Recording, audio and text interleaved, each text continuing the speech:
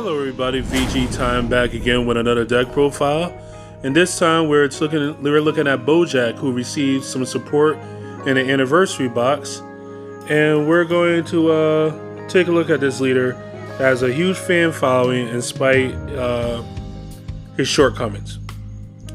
So for those of y'all that don't know what Boujack does, Boujack has the ability that when you play one of his Boujack brigades once per turn, you get to draw a card again with 5k. So he gets cards without having to give your opponent's cards. And then he has an auto that says when you combo on your turn, if you happen to have 2 or more Boujack brigades in the combo area that were comboed from the battle area, you get to choose one of your opponent's battle cards in rest mode and KO. So this seems like a strange or even a hard to accomplish requirement, but it's actually quite easy with the way the engine works for the deck. And then he awakens by having 4 less life and flipping over. And though I'm not missing any words, he does not have a untap or draw ability. He just flips over and becomes Boujack the Pirate Captain. And this Boujack has a permanent that says that you could combo with your pirates in rest mode, which is a huge upgrade from the front side because being able to combo with them in rest mode is pretty powerful. And then he has the auto once per turn where if you play a space pirate you draw a card, and then he has the same auto as the front side as far as comboing the space pirates and being able to pop one of your opponent's battle cards in rest mode.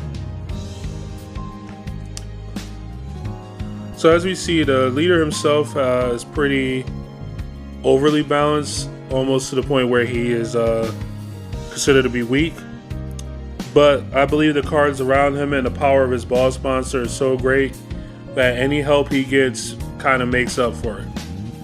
So first off, for the anniversary box, we have Violent Rush Zangia.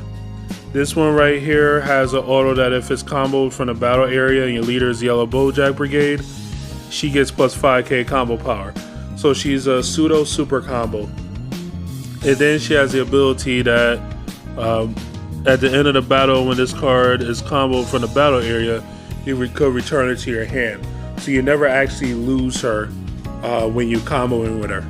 And then you can use various cards in your hand or that's in the archetype to be able to play her again from your hand for little to no energy.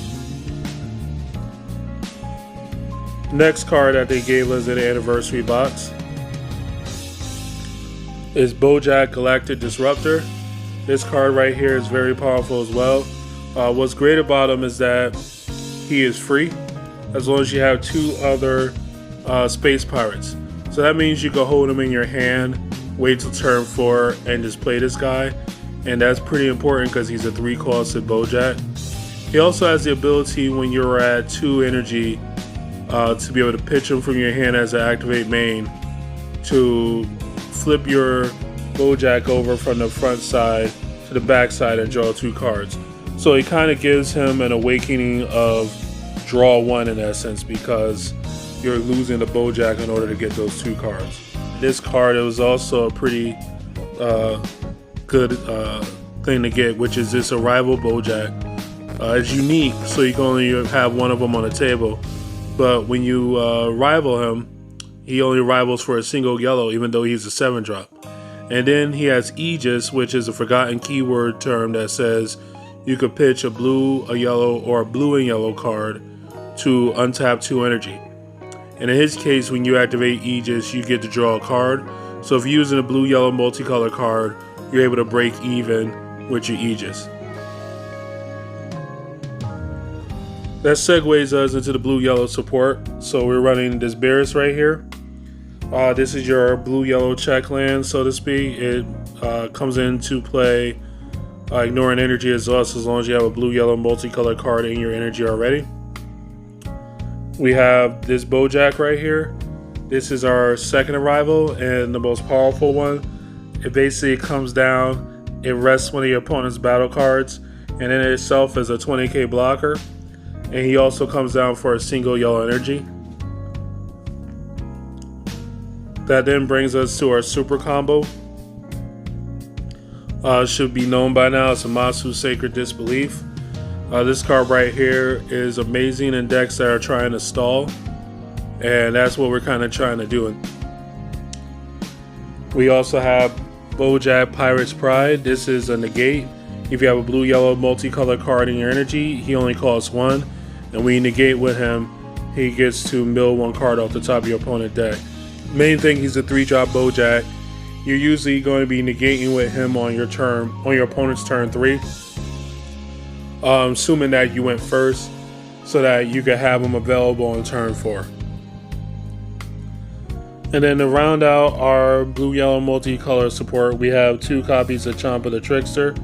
This is to help us deal with large threats that might have barrier and things like that, and we just need to shut it down for a turn. Now to go to the legacy support, we have our Space Pirates. So we have 4 copies of Boujack. Boujack has the Boujack, Zangia, and Beto, the Space Pirates, are all unique.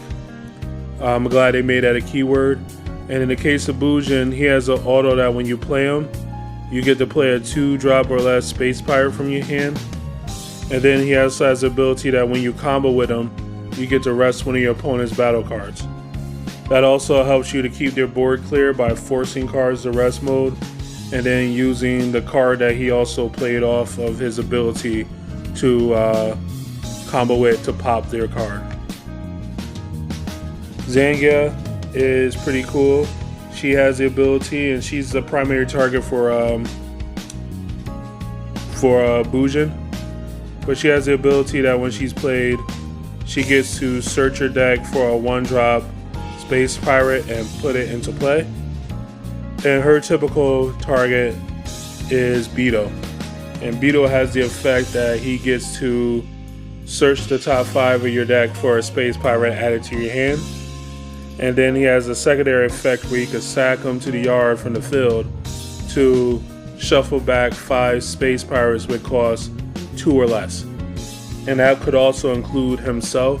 So if you have 4 and you sack him to the drop area, he could shuffle back himself plus the other 4.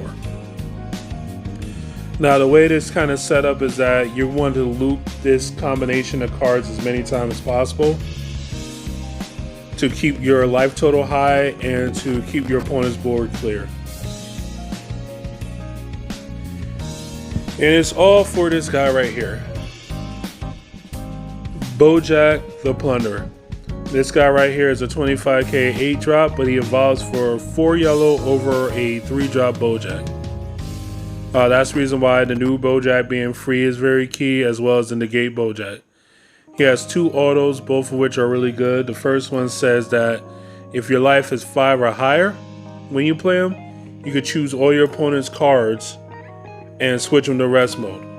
So that includes their energy, their unison, their leader card, all that.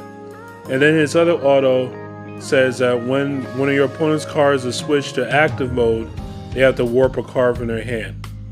This ability stacks, meaning that each of them trigger individually. So if you played your Bojack on your turn 4, saying you went first, and you tap down all your opponent's energy, so that's 3 cards, plus their leader, that's at least 4. And if they had a battle card or 2 on the table, that's at least 5. And let's not even talk about if they have a unison at 6. When their turn comes and they untap for the turn, they have to warp 6 cards from their hand, or that many cards from their hand. And that could be pretty devastating to a lot of people, simply because we're not giving them cards. We're just playing our cards, drawing, searching, and defending our life. To help us close out the game, because it was always a kind of a problem, playing 1 copy of Chilled to Cruel. This guy right here is free as long as you have 5 or more energy, and you're able to switch one of your opponent's cards to rest mode due to a skill. Well, that's pretty easy to pull off in this deck. You have Zamasu Super Combo, you have Boujack, you have the Arrival Bojack, so on and so forth. This guy comes out 25 Devil Strike. All you really need. Now onto the extra cards. 3 copies of Arrival of the Space Pirate. This is a Freezer's Call, which means that it could summon from the deck directly a 2-drop or lower Space Pirate. This is your other combo starter. So you can either go from Boujack to Zangia, and then Zangia to Beto, or you could go Arrival into Zangia. Zangia plays Boujack, Boujack plays Beto, or you could go Arrival into that same setup of lineups. So there's all kinds of ways you could do it, and that just allows you to keep recycling that same board. It's actually quite monotonous when you're playing it, because you're going to make the same exact board state at least 6 or 7 times in the game. And if you're doing it consistently, you're doing well. Merciless Farewell. This card right here is a tech choice of mine. If you are Bojack, you get to discard 2 cards from your hand. They'll pop one of your opponent's battle cards in rest mode. This is an activate battle skill. So this is my way of getting around both victory strikes. This card right here just kills them, so that's good. Flying Nimbus. This right here allows us to deal with the wide decks. It lost some of its power with Unisons being around, but it still is a great card.